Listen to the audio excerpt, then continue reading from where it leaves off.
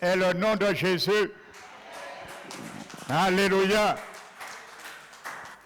Merci Seigneur. Nous retenons fermement la profession de notre espérance, car celui qui nous a fait la promesse, il est fidèle. Il s'appelle Jésus, la bouche d'un homme qui n'a jamais péché, nous a jamais menti, nous a jamais donné de fausse espérance. C'est pour cela nous nous accrochons encore ce matin à ta parole, qui est l'espérance de nos victoires, car celui qui nous a fait la promesse, il est fidèle. Il s'appelle Jésus-Christ. Alléluia, le vrai Dieu, fidèle, véritable, créateur des cieux, de la terre, de l'univers. Merci Seigneur de façonner par ta main toute puissante également ce matin toute situation, circonstance de nos vies, car nous sommes venus nous l'approprier ce matin en ton nom. Qu'il soit ainsi le partage de chacun de nous ce matin, Seigneur. Pour ma part, mon Dieu, je m'appuie encore sur ton onction, une onction fraîche ce matin sur ma vie, afin que je m'appuie encore sur ton Esprit Saint qui est là et qui me conduit chaque dimanche, Seigneur. Merci, mon Dieu. Je prends autorité pour assiéger ce lieu contre tout esprit impur qui pourrait s'opposer à ta prédication, à ta parole ce matin. Je la chasse ce matin, loin de ce lieu, au nom de Jésus-Christ. Merci, mon Dieu. Nous t'élevons. Reçois la gloire, la louange, la magnificence qui t'est due, au siècle des siècles et dans toutes les générations. Au nom de Jésus, Père, nous t'avons prié. Amen. Asseyez-vous, frères et sœurs.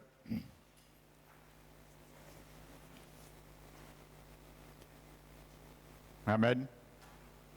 Donc je vous salue fraternellement, chacun dans le nom du Seigneur, particulièrement ceux et celles qui nous visitent ce matin.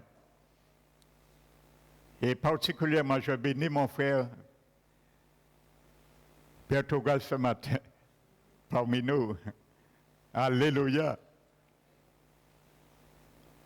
Donc je vais continuer où je m'étais arrêté dimanche dernier. Amen. J'introduis simplement le titre pour ceux qui nous visitent ce matin, que ce thème s'appelle « Ne tourne pas dos au combat ». Et j'ai mis l'accent dimanche dernier sur ce qui peut nous faire tourner dos au combat, ne pas recevoir quoi que ce soit dans nos prières. Une deuxième partie, c'est nos paroles. Nous avons vu, il y a l'incrédulité, mais nous sommes en train de voir maintenant une deuxième forteresse ou arme contre nous-mêmes qui nous permet de tourner le dos, c'est nos paroles. Amen. Donc n'oubliez pas ce que j'avais dit en vertu d'un neurochirurgien. Amen. Pour ceux qui étaient là. Donc ceux qui n'étaient pas là, vous pouvez prendre l'enseignement sur YouTube. Nous avons un site. Et je t'encourage à prendre ces précédents parties. Amen. Donc je vais continuer sur cela, où je m'étais arrêté. Amen. Donc je capitule succinctement pour continuer. Donc je disais que les recherches montrent à travers ce neurochirurgien que quand vous prononcez des paroles négatives ou nourrissez des pensées négatives, le cerveau sécrète une substance qui se répand dans tout l'organisme. Donc, il s'agit, je disais, l'hormone catabolique. Amen. Qui désavantage le système anabolisme. Donc, elle détruit, ces hormones détruisent les tissus musculaires et les cellules de l'organisme. Donc, les pensées ou les paroles négatives abîment le corps, comme dit ce neurochirurgien. Donc, il dit, si vous continuez à y avoir recours, cela peut vous rendre malade. Cela peut modifier votre humeur. Amen. Et je le disais, il dit, si vous avez le bleu, ça veut dire des tristesses, des mélancoliques, récurrents, ainsi de suite, vous l'injectez dans votre organisme.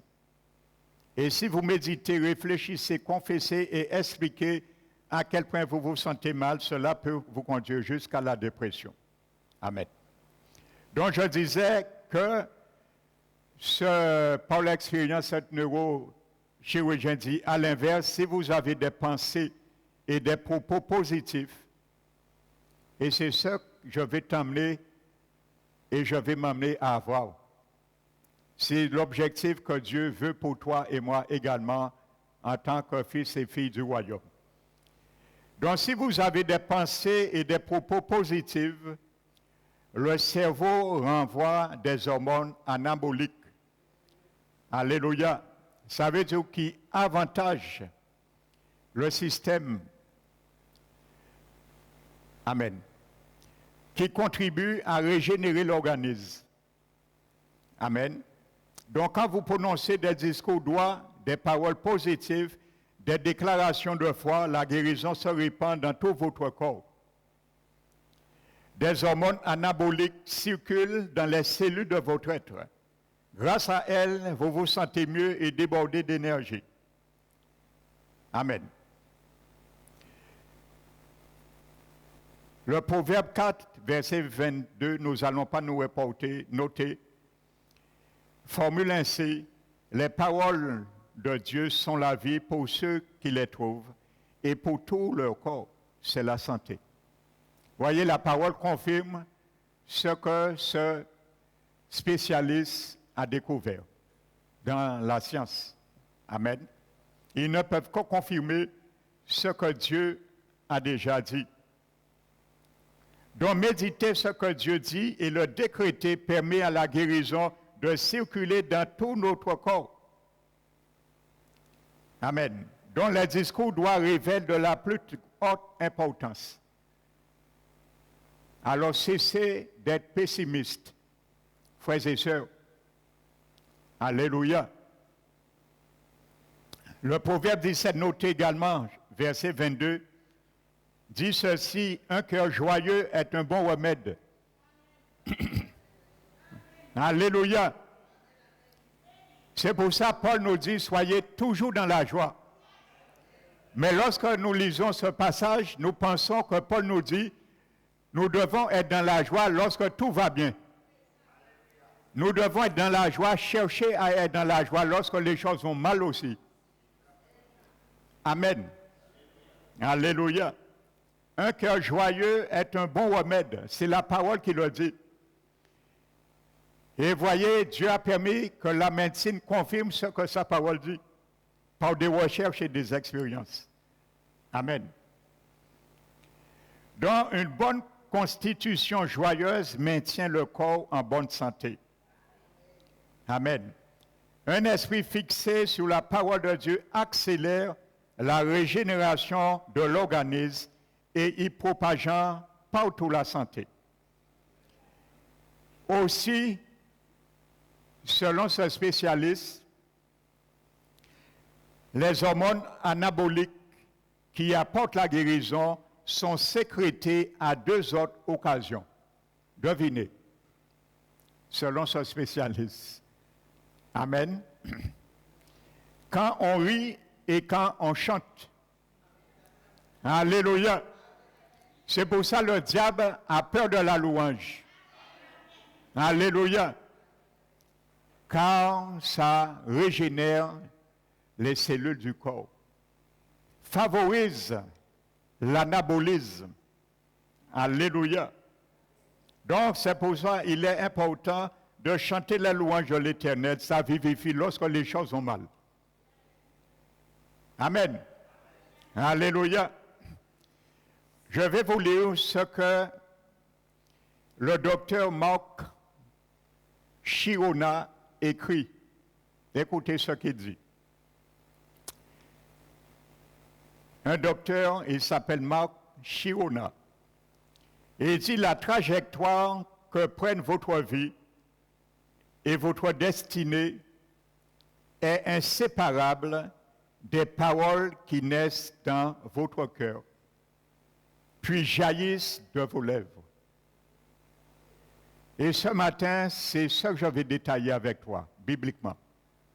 Alléluia, ce que ce docteur dit. Amen. Et il dit, soyez très attentifs aux mots que vous utilisez pour décrire vos états émotionnels. La façon dont vous nommez et qualifiez vos émotions a un effet significatif sur l'issue que vous connaissez et sur la manière dont les autres vivent à la fois votre présence et votre influence. Transformez vos paroles et tout s'en trouvera transformé. Voici ce que dit un docteur. Et c'est ce que dit la Bible. Alléluia. Amen. Nous allons ouvrir la parole de Dieu dans le livre de Jacques. Le chapitre 3, le frère de l'Église, le frère de Jésus et le chef de l'Église de Jérusalem en l'an 49. Amen. Vous allez voir ce qu'il nous dit.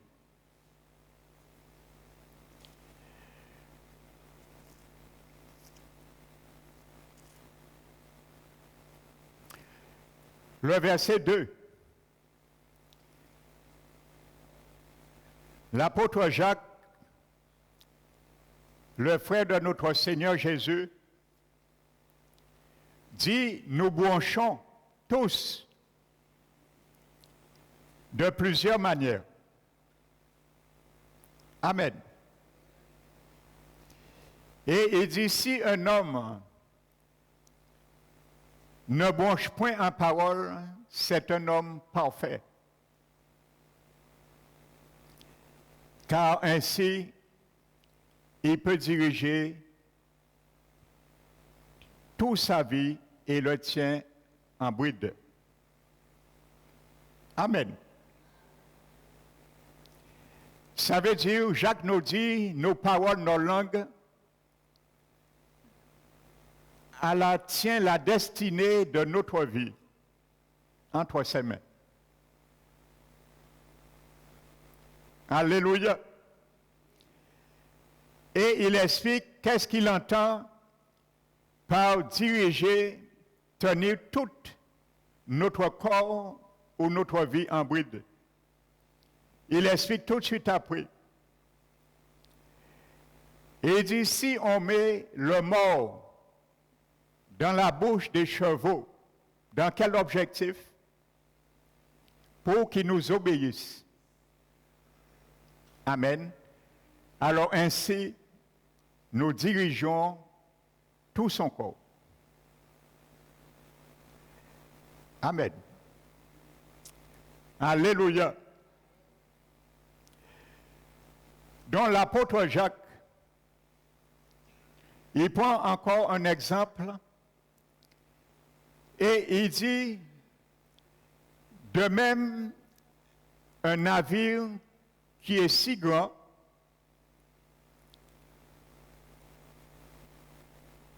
et qu'il est soufflé par des vents impétueux. Amen. Il est dirigé par un très petit gouvernail. Alléluia. Au gré de son pilote. Alléluia. Et ensuite, il parle de la langue. Donc, sache que la langue, le langage, les paroles, l'apôtre Jacques nous décrit ta langue, ma langue. Notre langage et nos paroles identiques à un mort et une bride. Alléluia. Et regardez bien, Jacques fait bien la similitude. Il parle lorsqu'on met le mort dans la bouche des chevaux pour bien montrer que nos paroles représentent le mort et la bride sur notre bouche et notre destinée. Amen. Alléluia. Tel que lorsqu'on met le mort et avec les brides, on dirige tout le corps du cheval, nos paroles deviennent notre mort et notre bride, et nos paroles dirigent aussi notre destinée. Amen. C'est clair, l'apôtre Jacques nous l'explique clairement, frères et sœurs. Amen. Pour ceux qui ont fait l'équitation, vous savez, si vous tirez l'arène, lorsque vous conduisez un cheval, vous tirez l'arène à gauche, le cheval ira à gauche. Si vous tirez l'arène à droite, le cheval ira à droite. C'est ce que l'apôtre Jacques nous explique. Si tes paroles sont négatives, tu iras à droite, à gauche. Si tes paroles, mes paroles sont positives, j'irai à droite. C'est mes paroles qui est le mort et les brides de ma vie. Donc, si tu dis que je sais, je ne vais jamais arriver dans ta prière, tu vas tirer toi-même la bride de ta destinée, de ton avenir à gauche. Et tu iras à gauche de ce que tu as dit. Parce que tu as dit, tu ne vas jamais arriver. Donc tu ne vas jamais arriver. Parce que tes paroles, c'est ton mort et ta bride. Alléluia. Si tu tires la bride de droite et tu dis, je vais y arriver, tu iras à droite. Parce que ta parole, tu as dit par ta bouche, je vais y arriver. Donc tu vas y arriver. Ta parole va te amener à ta destinée. Maintenant, pour ceux qui ont fait l'équitation, lorsque celui qui dompte le cheval, il tire maintenant les arènes en même temps. Droite et gauche en même temps, le cheval s'arrête. Quand tu tires à gauche, il va à gauche. Quand tu tires à droite, il va à droite. Et quand tu tires en même temps, le cheval s'arrête. Parce qu'il est éduqué comme ça. Quand, frères et sœurs, tu tires à gauche, le doute, tu tires à droite, la foi, quand tu tires le doute et la foi en même temps, tu t'arrêtes aussi. Et il n'y a rien qui se fait parce que c'est l'incrédulité. Alléluia. Ne tire pas le doute à gauche et tire la foi à droite. Tu vas t'arrêter et tu vas tourner le dos dans le combat dans ta prière. Parce que l'incrédulité va s'installer. Alléluia. Amen. Donc c'est ce que l'apôtre Jacques nous explique. Donc voyez le pouvoir de notre langue, le pouvoir de nos paroles. Amen. Nous ne devons pas les prendre à la légère, ce qui sort dans notre bouche. Amen. Donc l'apôtre Jacques met l'accent sur le corps tout entier.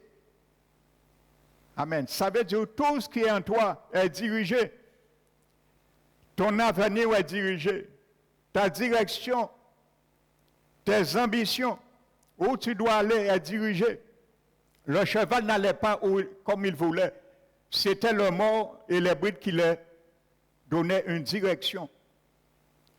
Donc ça veut dire, Jacques dit que ta parole, mon frère, ma soeur, mes paroles, ma langue, ta langue, et le mot de notre vie, c'est elle qui donne une direction à notre vie. Alléluia. Donc il y a certains qui se plaignent dans le corps du Seigneur parce qu'ils ne voient pas certaines choses arriver comme ils voulaient lorsqu'ils prient, mais ils oublient quelque chose. Je le disais vendredi dans la prière. Ils oublient quelque chose, que c'est eux-mêmes qui ont les arènes dans leurs mains. C'est toi qui pilotes ta vie par tes propres paroles. Si tu as tiré l'arène à gauche et tu as autoproclamé quelque chose dans ta vie, il faut revenir. Comme Jésus a montré à travers l'image que nous avons vue dimanche dernier, l'apôtre Pierre, qui s'était disqualifié. Il faut revenir, parce que la parole de Dieu nous dit, tel parle à la légère, blesse comme un glaive. C'est ce que dit les proverbes. Celui qui parle à la légère, même si tu parles de toi en plaisanterie, celui qui parle à la légère, glaive, blesse comme un glaive, une flèche. Alléluia. Donc nous pouvons tourner la flèche contre nous-mêmes. Nous pouvons même prendre les promesses de Dieu et les tourner contre nous-mêmes à la manière que nous le pilotons, la parole. Alléluia. Si tu pries, tu dis Seigneur, le Seigneur ne me guérit jamais, eh bien tu prends la parole de Dieu, tu tournes la parole contre toi-même et tu ne seras jamais guéri. Parce que la parole de Dieu te dit, le Seigneur veut toujours te guérir. Alors sachons ce que nous disons. Dans nos prières, lorsque nous prions, nous avons vu l'incrédulité, nous voyons maintenant les paroles qui sortent dans notre bouche lorsque nous prions. Pour nous et pour nos enfants, pour nos bien-aimés, pour quelqu'un que tu intercèdes. Donc par tes prières, tu peux entraîner quelqu'un aussi dans la défaite. Parce que tu tiens également le mot de sa vie. Tu diriges sa vie aussi dans tes prières. Si tes prières sont négatives à l'égard de quelqu'un, tu conduis la personne aussi dans la défaite. Donc c'est très important, frères et sœurs. Et c'est pour ça que je le disais, que ceux qui sont dans le ministère de l'intercession dans une église, ils ne doivent pas venir jouer. Il faut que leur vie soit vraiment sanctifiée devant le Seigneur. Parce qu'ils sont une muraille pour l'église. Et si nous venons à la légère, le diable va briser cette muraille. Amen. Parce que lorsque nous sommes intercesseurs, nous sommes une muraille. Et l'ennemi, il faut qu'il passe à travers la muraille pour toucher.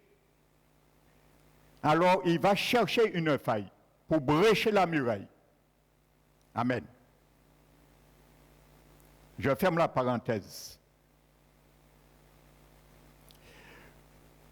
Donc, je disais que l'apôtre Jacques prend également les navires, si grands qu'ils soient, et poussés par des vents impétueux. Ils sont dirigés par un très petit gouvernail. Alléluia. Vous savez, ce qu'on appelle le timonier, c'est celui qui dirige, qui gouverne le paquebot. Ta parole gouverne ton paquebot. Et tu es le timonier. C'est toi qui dois gouverner ta vie. Mais tes paroles, ta langue, c'est le gouvernail. Donc tu ne peux que suivre le gouvernail qui va te donner une indication et une direction pour ta vie. Donc c'est la même science que l'apôtre Jacques est en train de nous expliquer. Il prend un exemple maintenant du paquebot. Amen. Et ensuite, vous allez lire tout le chapitre et il passe et vient en finalité. Amen. Il dit que dans une source, est-ce qu'il peut jaillir dans la même ouverture une eau salée et une eau douce? Il dit, est-ce qu'un figuier peut porter des olives, une vigne porter des figues? Il dit non. De même, une eau salée ne peut pas produire une eau douce. Amen. L'apôtre Jacques vient maintenant à la source. Il nous a décrit ce qui sort, qui vient dans notre langue, qui sort dans notre bouche, mais il vient maintenant à la source. Parce que ce qui sort dans ta bouche a une source, et c'est ton cœur et mon cœur. Amen. Vous savez, l'apôtre Jacques dit que si le dépôt qui est dans mon cœur, qui est dans ton cœur, est salé, amer,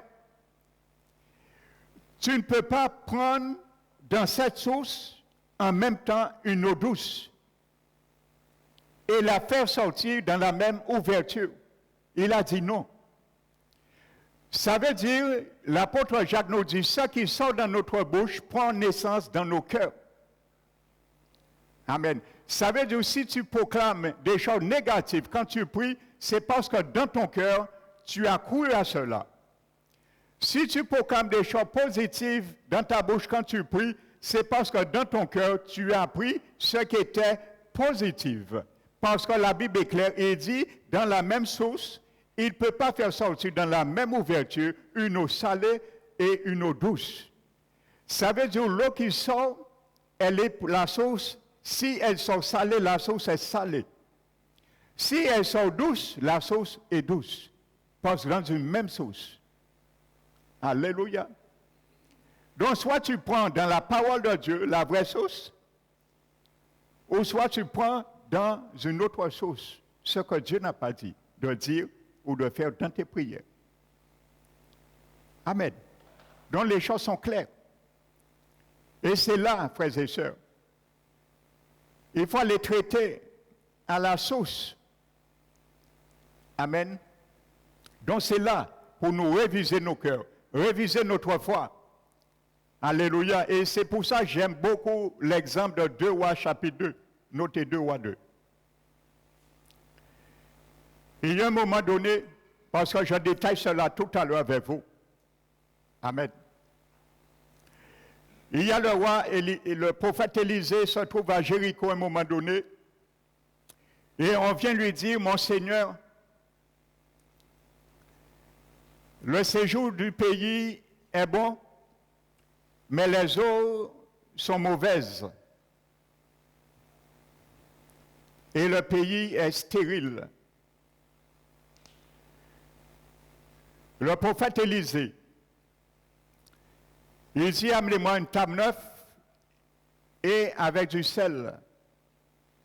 Et il prend le sel. Ce qui est important pour retenir dans ce passage, le prophète Élisée ne va pas lâcher le sel dans l'eau, où l'eau est mauvaise. Où qu'il ira? Il ira à la source de cette eau mauvaise. Alléluia. Quand tu te rends compte que tes paroles sont négatives, ne traite pas les paroles négatives qui sortent dans ta bouche. Va les traiter la source où elles sortent, ton cœur, ta foi. C'est là qu'il faut les traiter. Et quand ça sera traité, à ce moment, ce qui est dans la source, qui a été assaini, sortira systématiquement. Le prophète Élisée est allé à la source, la Bible nous dit.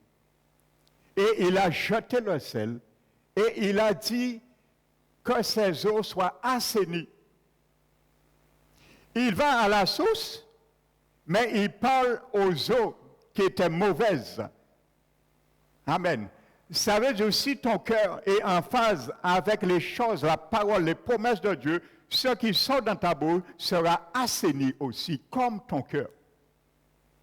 C'est pour ça que Jésus dit qu'il sera fait selon ton cœur.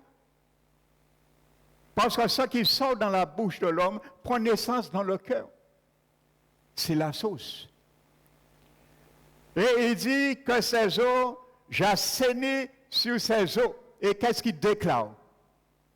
Quand tu crois la parole de Dieu, tu le prends vraiment dans ton cœur, déclare. Alléluia.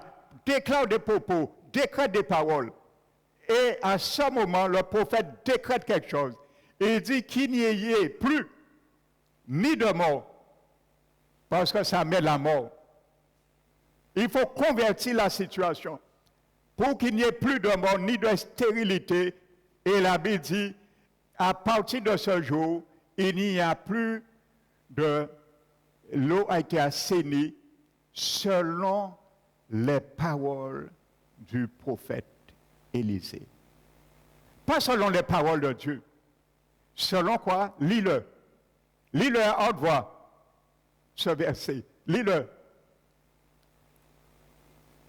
Lisez-le à haute voix. 2 Rois, chapitre 2. Pour que ça puisse rentrer. Nous allons le lire en même temps.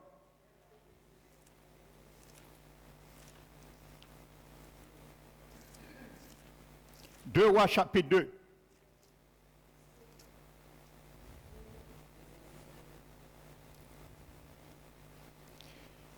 Verset 22. Nous le lisons ensemble. Et les eaux furent assainies jusqu'à ce jour, selon la parole qu'Élisée avait prononcée. Alléluia. Donc si Dieu te donne des paroles à prononcer, ne les garde pas dans ton cœur, mon frère, ma soeur. Prononce-les. Et tes choses que tu puisses sera assainies. Selon les paroles d'Élisée. Alléluia. Dieu t'a donné autorité, il m'a donné autorité en son nom. Tu as procuration de toucher tout chèque que Jésus te donne à blanc. Tu as l'autorité de le remplir. Toute parole de Jésus, c'est un chèque blanc. Il te donne, il me donne. C'est toi le remplir. Il a déjà signé. Et il t'a déjà dit, tu peux aller le toucher où que tu veux. J'ai donné procuration. Le chèque est blanc. Il ne met pas de montant. C'est toi le maître. Et il t'a dit, mets le somme que tu veux. Tu veux la guérison, mets dans le chèque guérison et va le toucher. Proclame-le. Je suis guéri. Jésus t'a donné autorité de mettre guérison. Amen. Tu veux restauration, écris restauration sur le chèque, la partie qui n'est pas. Et va le toucher. Tu veux la défaite contre tout ce qui tient captif tes enfants, marque sur le chèque défaite contre tout ce qui rend captif mes enfants, va le toucher. Mais il faut le décréter. Ce que tu as marqué, décrète-le. Fais comme Élisée. Alléluia. Il a marqué sur le chèque, parce qu'il était prophète, il avait autorité. Il a marqué sur le chèque de Jésus que j'assaini sur ses eaux qu'il n'y ait ni mort, ni stérilité. Et il a été touché le chèque. Et lorsqu'on a encaissé le chèque, on lui a dit, monsieur, à partir de ce jour, les eaux ont été assainies. Parce que celui qui a fait la promesse, il est fidèle. Il s'appelle Jésus-Christ. Alléluia. Il s'appelle Jésus-Christ. Alors, comme Hébreux 10, 25 le dit, retenons fermement la profession de notre espérance, car celui qui a fait la promesse, il est fidèle. Alléluia.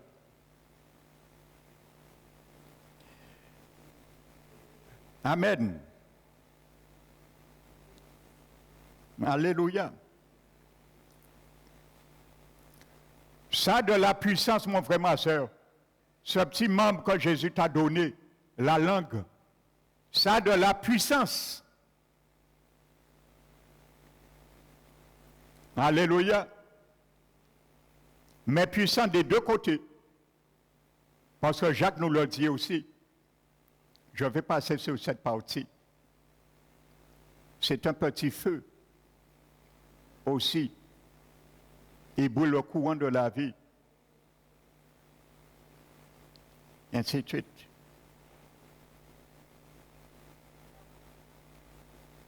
Donc la Bible nous dit, Dieu souhaite nous donner des désirs de notre cœur. Mais il relève de notre responsabilité de diriger notre vie vers ce désir par nos paroles. Amen. Quand Dieu dit, je souhaite que tu prospères à tous égards, c'est à toi et à moi ça s'adresse. C'est le désir de Dieu. C'est notre héritage. Mais c'est ma responsabilité, ta responsabilité, de laisser ma vie être dirigée selon ce qui est écrit pour moi.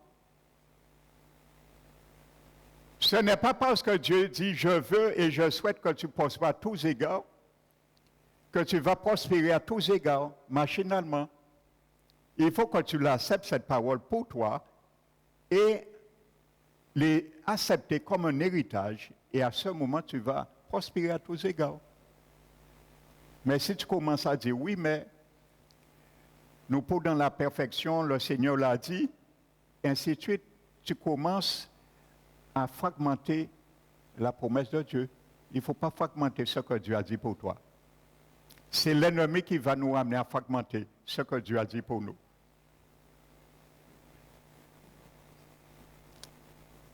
Amen.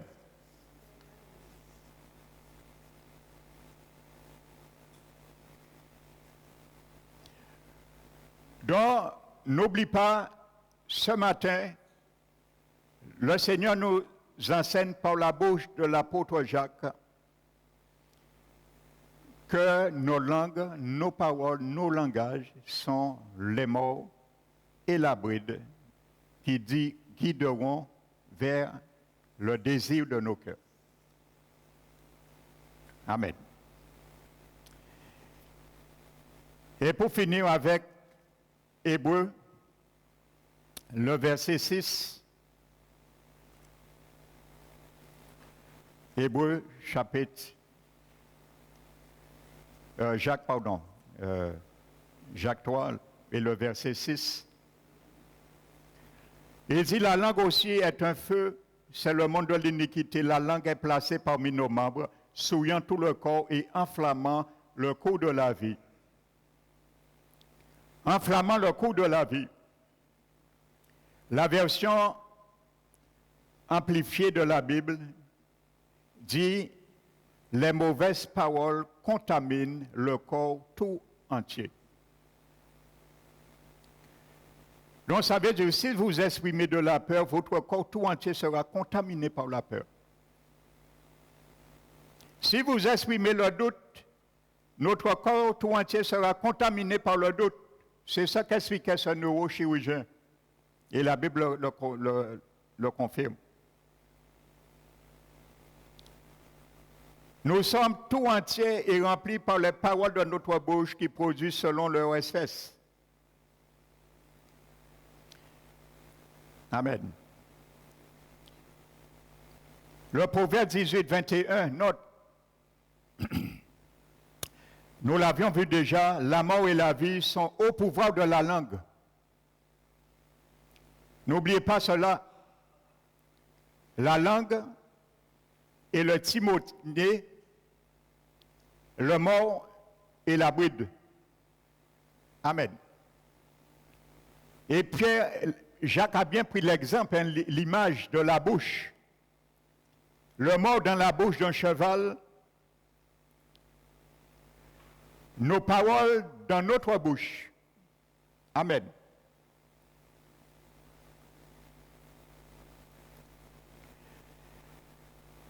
La vie et la mort sont au pouvoir de la langue. Et je crois que ces paroles, nous prenons ça trop souvent à la légère, ce proverbe.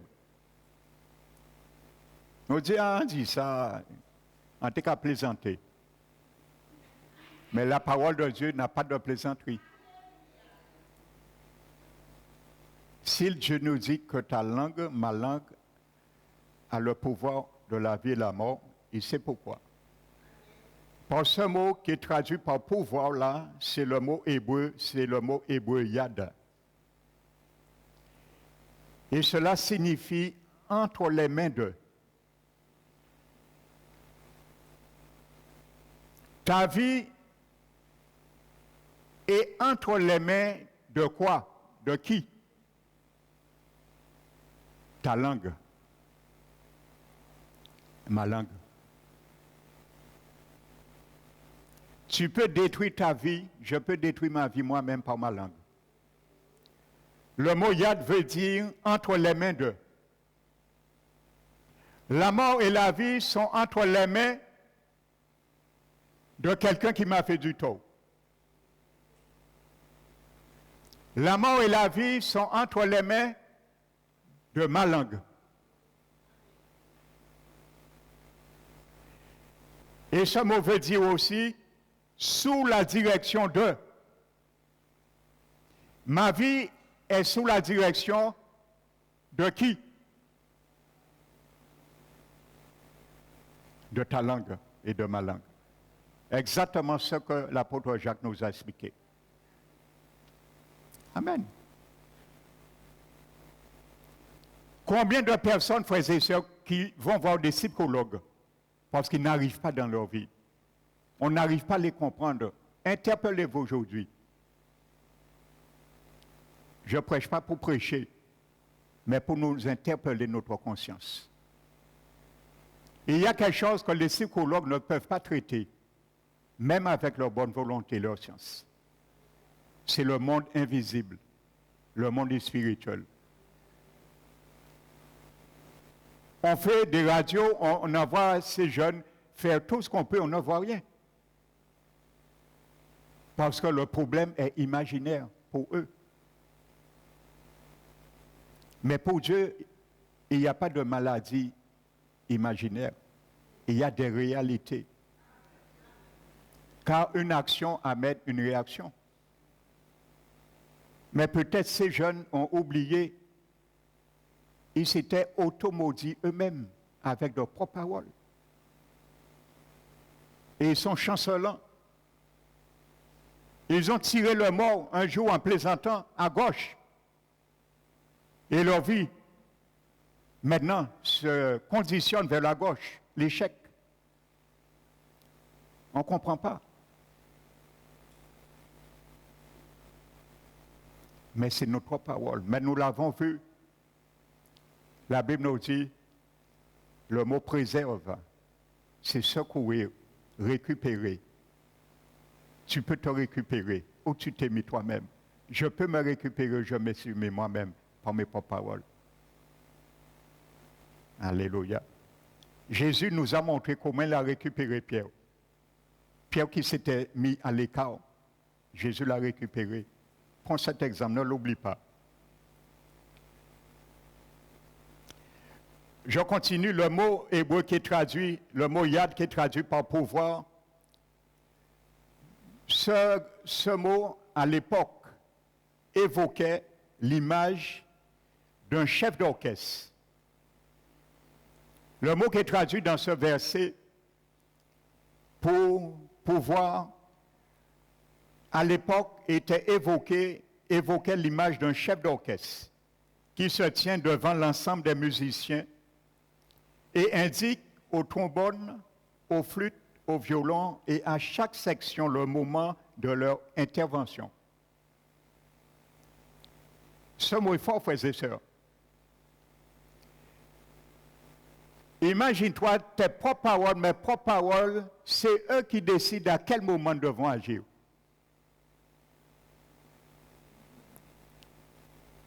Alléluia. Ça veut dire, mon frère, ma soeur, tu peux porter un attrait négatif sur ta vie, sur ma vie, soit en parlant ou soit en priant. Mais les premières années, rien ne se fait. à travers cette mauvais propos, mais après 10 ans, elle germe. Et vous savez, l'ennemi va prendre beaucoup de temps, plus de temps que l'écouter, parce qu'avec le temps, tu risques d'oublier. Je risque d'oublier, j'avais dit ça. Mais peut-être si c'est 2 ou 3 mois, je peux me rappeler, mais j'ai dit ça effectivement. Mais quand tu as dit quelque chose 10 ans sur toi-même, c'est difficile à te rappeler. Amen. C'est ça que ça veut dire ce mot. C'est lui qui donne le tempo et qui détermine l'intensité sonore. Je vous ai ce mot hébreuiade qui est traduit par pouvoir. Amen. C'est lui le chef, il est aux commandes. La langue décide de ce qu'il adviendra, une bénédiction, une malédiction. Elles sont au pouvoir de la langue. Amen. Et ça, je peux vous le dire, la parole de Dieu n'est pas menteur, c'est une réalité. Parce que j'ai déjà, au cours de mes entretiens avec certaines personnes, en analysant les situations, l'Esprit m'a révélé qu'il y avait une parole négative qui était en cause. Et en posant des questions à cette personne, ou à l'enfant de la personne qui vient me voir, pour cela, et le jeune dit, oui, effectivement, j'avais dit ça, j'avais fait ça. Et à ce moment, je lui ai dit, on va renoncer à cela, on va prier. Je prie avec lui, cette personne. Je lui fais renoncer comme Jésus nous a montré. Et après ça, la vie du jeune change de tournure. Donc ça montre la réalité. Le blocage est fini. Amen.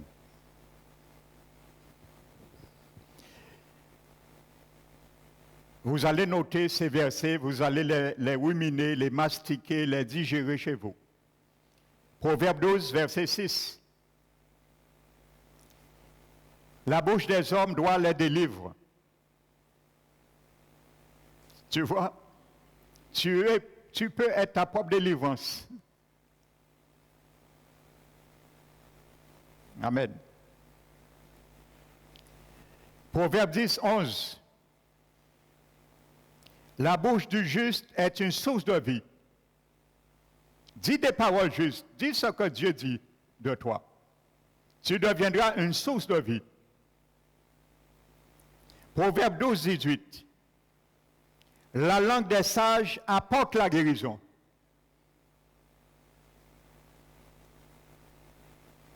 Vous voyez, le neurochirurgien n'a pas menti dans ses expériences. C'est concrétisé, confirmé par la Bible. Ce qu'il nous a expliqué. Amen. Proverbe 13, 3. Celui qui surveille sa bouche garde son âme. Par ton âme, c'est où est la vie d'un homme. C'est dans son âme. Il réfléchit, il prend des décisions, il raisonne. L'âme a une pensée, a une intelligence, a une volonté. Amen. Donc celui qui surveille sur sa bouche, garde et veille sur son âme. Proverbe 16, 24. Les discours agréables sont un rayon de miel, douceur pour l'âme et remède pour le corps. Remède pour le corps. Alléluia. Amen. Alléluia. Le Seigneur guérit. Frères et sœurs. Il délivre. Aujourd'hui, les centres psychiatriques, il faut leur dire, détruisent la santé. Parce que c'est une science inverse. Ils ne peuvent pas traiter. Et ils le savent. Et je sais ce que je dis. c'est des preuves médicales que j'ai. Et je le sais, j'ai déjà expliqué cela. Je vais en passer. Mais je vais vous donner un témoignage parmi beaucoup, parce que je suis déjà allé plusieurs fois dans des centres psychiatriques. Et bien souvent, le corps médical psychiatrique reconnaît à l'unanimité 74%. C'est eux qui le reconnaissent. Et ça, ce document, je l'avais déjà en ma possession, ça fait plus de 20 ans. Ce n'est pas aujourd'hui qu'ils le reconnaissent. Le corps médical psychiatrique, à l'unanimité dans le monde, reconnaît que 74% de leurs patients ne sont pas malades. Ils sont démonisés. Le corps psychiatrique, ils le reconnaissent. Mais je vais me passer de dire ce qu'ils font. Imaginez, devinez vous-même. Mais je viens sur un témoignage. Il y avait une femme, une fois, qui était venue ici, une chrétienne. Elle était internée à Saint-Claude. Ça faisait des années. Sa vie était finie. Elle était sous tutelle des médicaments. Parce que là, c'est ça qu'une fois vous rentrez là, votre vie est presque terminée aussi. Alors, je vous conseille, si de côté, pour mener mon enfant miazot, c'est le dernier recours, moi, je vous le dis. Parce qu'il y a des choses que j'aurais pu dire, je connais sur cela, je m'en passe, je ferme la parenthèse. Et j'ai discuté avec cette sœur et je lui ai donné un rendez-vous, j'ai prié pour elle. Et vous savez, elle devait être également opérée d'un cancer de l'utérus. Et vous savez, je lui ai dit, quand tu iras te faire opérer, tu demandes à faire un cliché encore, parce que nous allons prier et le Seigneur va te guérir de ce cancer. Le Seigneur va t'opérer lui-même. Et vous savez, lorsqu'elle est allée, elle est venue le dimanche suivant, c'était le vendredi qu'elle devait aller. Lorsqu'elle est arrivée sur la table d'opération, elle m'a dit, elle a hésité, elle n'a pas eu la force de dire au chirurgien que Dieu m'a guéri. Mais vous savez, Dieu l'a fait grâce à cause de la prière. Et vous savez, elle m'a dit, lorsqu'elle était sur la table d'opération, au moment qu'on allait l'opérer, le Seigneur a permis qu'il y ait un jaillissement de sang qui sort dans sa partie intime. Et lorsqu'ils ont vu ça, ils ont analysé et ils ont dit, Madame, vous êtes guérie. Le cancer a disparu. Dieu n'a pas permis qu'elle l'opère. Et elle est sortie sans opérer. Le Seigneur l'a opérée. Alléluia. Et je lui ai parlé, j'ai prié avec elle. Et vous savez, à ce jour, elle a mis tous les médicaments et le Seigneur l'a restaurée. Amen. Elle était un psychiatrique. Alléluia. Confesser des choses positives. Amen, frères et sœurs. Nous devons confesser des choses positives selon la parole de Dieu. Le Seigneur aime cela. C'est agréable à lui. C'est son parfum. La foi, c'est le parfum que Jésus aime respirer. Parce que ça met en valeur ses promesses. Et lorsque ces promesses sont mises en valeur, ça glorifie son Saint-Nom. Amen. Je vais vous donner un exemple excellent. Comment les paroles influencent notre destinée et le potentiel de notre vie. Ou également la destinée, le potentiel de ceux et celles, nous prions pour eux. Je vais donner l'exemple d'un plus grand savant, c'est Thomas Edison. Amen. Vous savez, enfant, à l'école, son instituteur a dit qu'il est fainéant, paresseux. Et il a été dit cela, avisé cela à sa mère. Sa mère est venue demander compte au directeur et ils se sont disputés. Et le directeur ne démordait pas. Pour lui, l'enfant est un sot. Il est un handicapé mental. C'était ça, il n'y avait rien. Tout ce que la mère disait. Vous savez, la mère a dit d'accord. Elle a retiré son enfant dans l'établissement et elle s'est occupée elle-même de son éducation. Et la mère a refusé la première étiquette qu'on a mise sur son enfant, Edison. Et elle a mis une nouvelle étiquette. Et elle a confessé que moi, je ne vois pas mon enfant un handicapé, je vois mon enfant un génie. Et elle a fait sa déclaration et regardez ce qu'il est devenu. Alléluia, Edison. Amen. Alléluia.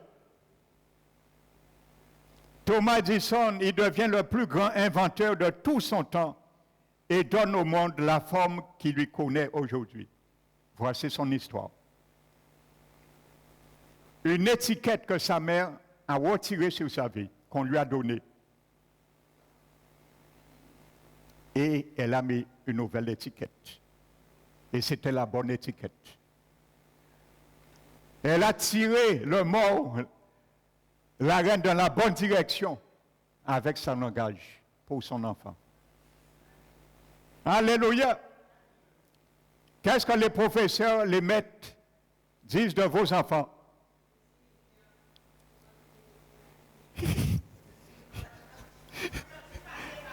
Est-ce que vous acceptez ça? Est-ce que vous acceptez ce qu'on dit de vos enfants?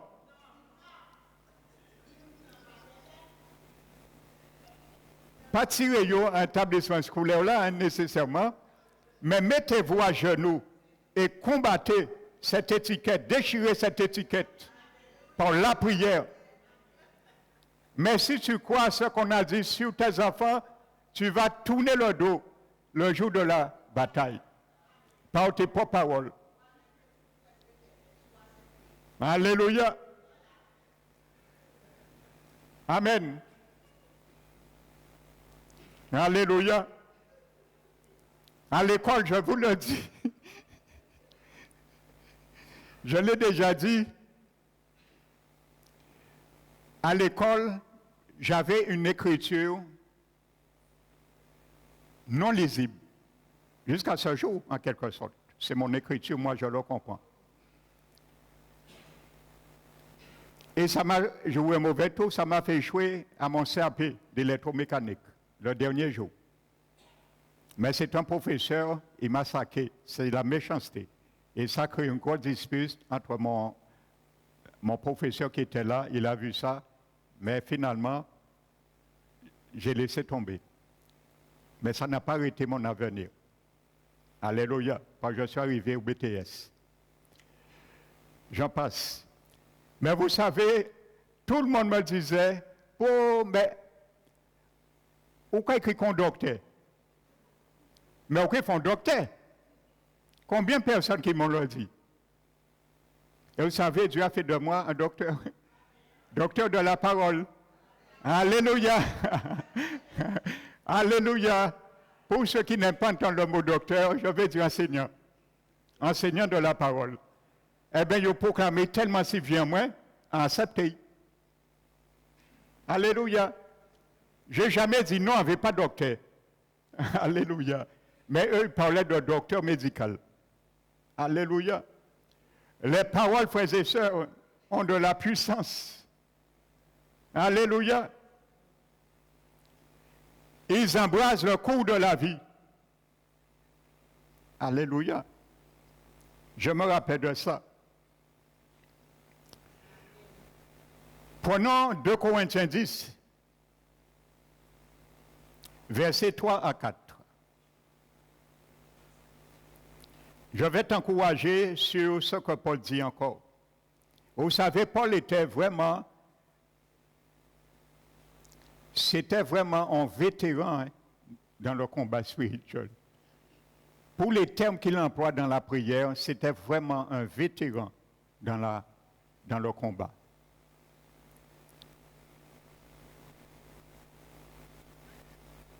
La Bible dit, si nous marchons dans la chair, nous ne combattons pas selon la chair. Car les hommes avec lesquels nous combattons, ainsi de suite. Dans ce verset, le verbe combattra, c'est un mot grec, istrateomé. Ce mot veut dire servir dans une campagne militaire. Amen.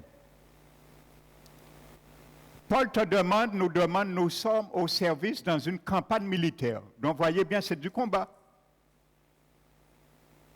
Amen. Mon frère, ma soeur, tu comprends encore? La prière, c'est du combat. Ça veut dire servir le Seigneur dans une campagne militaire. Alors, dans une campagne militaire, tu dois savoir ta position, ce que tu dois faire, comment agir, comment ne pas tourner dos à l'ennemi. Amen. Alléluia.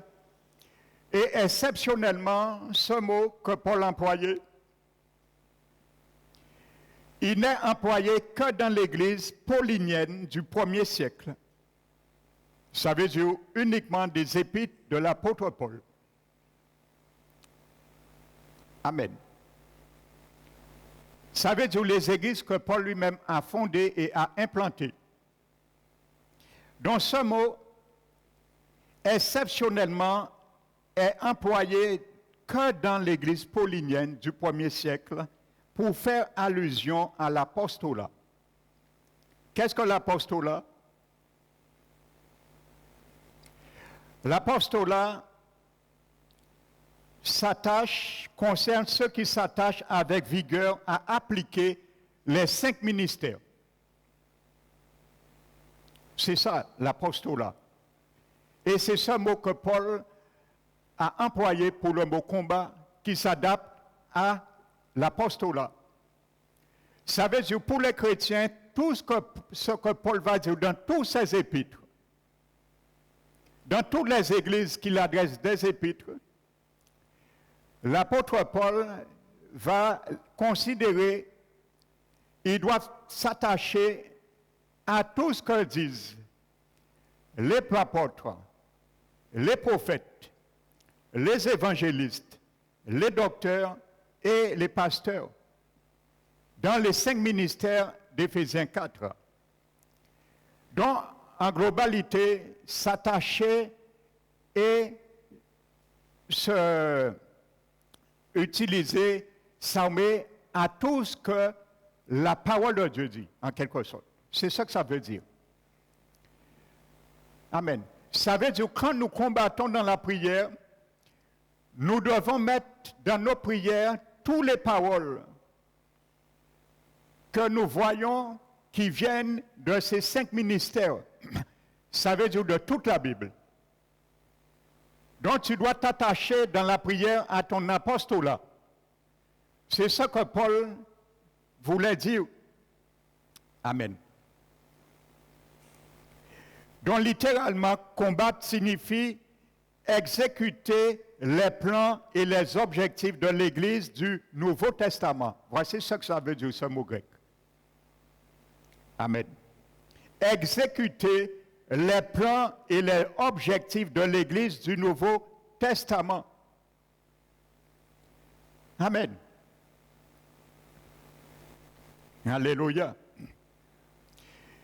Le verset 6. Le verset 6 dit, nous sommes prêts aussi à punir toute désobéissance lorsque votre obéissance à vous sera complète. Amen. La Bible dit, nous sommes prêts. Le mot prêt, c'est le mot étoimose qui veut dire préparer, prêt et disposé. Amen. Il faut une préparation. Amen. Frères et sœurs, une préparation. Nous sommes dans une campagne militaire. Il faut être prêt. Ce mot prêt, je le dis, veut dire préparer, prêt et disposé. Amen. Tant tu n'es pas encore prêt dans ton cœur, tant je ne suis pas encore prêt dans mon cœur, ne parle pas vite. Pouillez pas de robot contre robot. Amen. Le verbe punir. Nous sommes prêts aussi à punir toute désobéissance. Donc, quand tu es prêt, quand tu es disposé, maintenant, tu peux punir. Punir quoi? Le verbe punir dans ce verset, c'est le mot ekdikeo. Ça veut dire faire justice, tirer vengeance, châtier, se venger. Contre qui?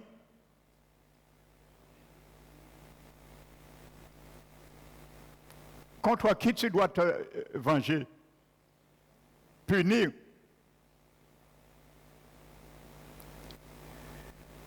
Contre toute parole qui peut t'amener à la désobéissance de la parole de Dieu et te rendre à l'échec et te faire tourner le dos. Amen. Je le reprends. Le mot punir, regardez bien, qu'est-ce que nous devons punir? Toute désobéissance. Amen. Alléluia. Donc toi-même, mon frère, ma soeur, deviens ton juge. Je dois devenir mon propre juge. C'est moi qui dois me punir, mes paroles, mes propos.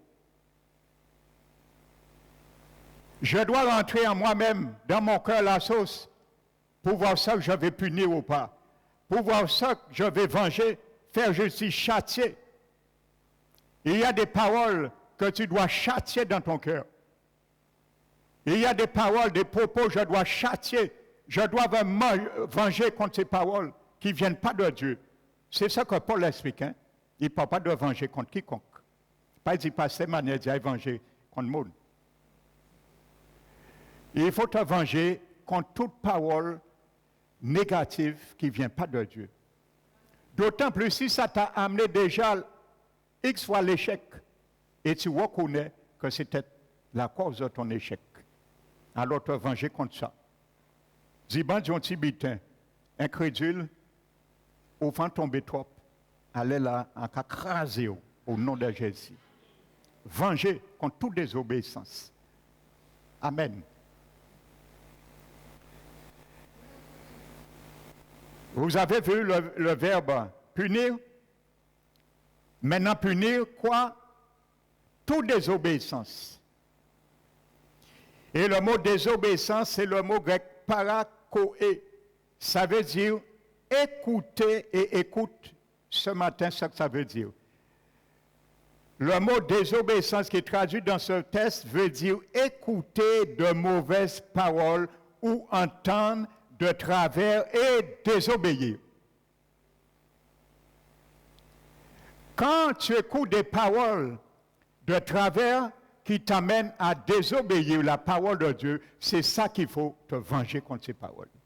Les refuser, les punir. Alléluia.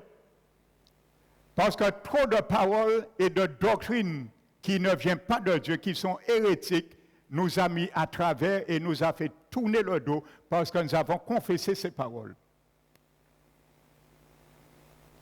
Et ces paroles étaient leur but pour nous faire désobéir aux promesses de Dieu pour nous. Ce qui est mon héritage, il y a des paroles, des propos qui vont te faire sortir dans l'héritage et faire le diable voler, l'usurper. Ce que Ève a fait, elle a entendu une autre parole qui l'a fait désobéir à ce que Dieu avait dit. Et elle est sortie. Et le diable a usurpé l'autorité que Dieu les avait donnée. Frères et sœurs, je le répète, le mot désobéissant veut dire écouter de mauvaises paroles ou entendre de travers et désobéir.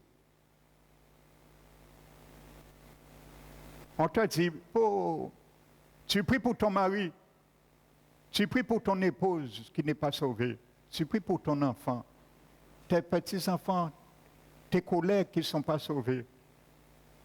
On te maltraite, on t'insulte. Après 3-4 ans, on te dit, quelqu'un te dit, bon, mais on est courage pour moi, madame, moi. Malgré ça, il y a faire un travail, malgré ça, Marie a faire, malgré ça, madame a faire. Les deux côtés, hein. Il y a les deux côtés, hein. Pourquoi continuer à prier, bail? Eh bien, si tu es engagé, frère et sœur, de 50 pas de militaires, tu vas prendre l'autorité et tu vas dire non. Peu importe. Le royaume de Dieu consiste avec les souffrances, parce que c'est pas beaucoup de tribulations que nous rentrerons. Mais si tu te laisses entendre des paroles de travers, ça va te faire désobéir. Et tu vas dire, bon, mais c'est vrai, hein. Je crois que je vais mettre tout le temps, avant de laisser mon gens tomber, débrouiller et en arrêter de prier. C'est ça que ça veut dire. Entendre, écouter des paroles de travers et pour nous amener à désobéir. Pour te retirer dans les rails que tu es. Et surtout lorsque les choses, le fruit est presque bon à manger. Tu as déjà combattu 9 ans pour la conversion de quelqu'un. Il te manque quelques mois, tu ne le sais pas, pour la personne peut venir à la conversion. Et c'est 3 mois avant, l'ennemi vient te souffler ça à l'oreille. Quel dommage. Tu as perdu 9 années de prière et de combat inutilement. Et tu laisses tomber.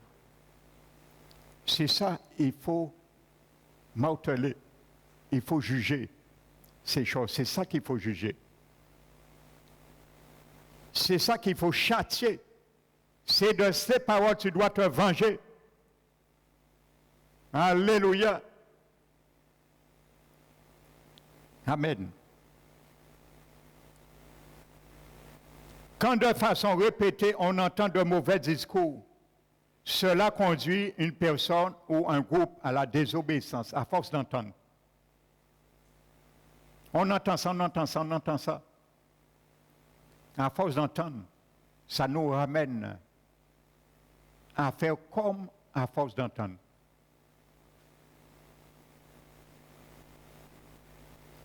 Vous savez, parfois, on dit à quelqu'un une mauvaise image de quelqu'un qui est fausse. Mais à force de la personne entendre cela, on donne cette étiquette et cette image en réalité à la personne. Parce qu'on a tellement entendu dire et on lui donne cette étiquette automatiquement. Donc l'esprit est tourné de manière négative et donne lieu à des erreurs. Frères et sœurs, c'est ça que ça veut dire. Amen. Donc mon frère, ma sœur, ce matin, ne donnons pas et ne permettons pas à l'ennemi de forger notre langage pour répondre à ses motivations. Ce sera ce matin ma conclusion pour aujourd'hui. Et nous allons voir là ce dimanche prochain, Dieu voulant. Je le répète, nous ne pouvons pas permettre à l'ennemi de forger notre langage pour répondre à ses motivations. Parce qu'il va forger notre langage et nous allons répondre à ses motivations sans le savoir. Et il aura le dessus, malheureusement, sur nous. Et nous serons en dessous de la bataille. Mais forgeons notre langue, forgeons nos paroles, assiégeons nos cœurs, nos langues, comme nous l'avons vu. Faire un siège et bien regarder ce qui doit partir ou soit ce qui ne doit pas partir de notre bouche. Frères et sœurs. Donc que le nom du Seigneur soit loué, glorifié. Amen.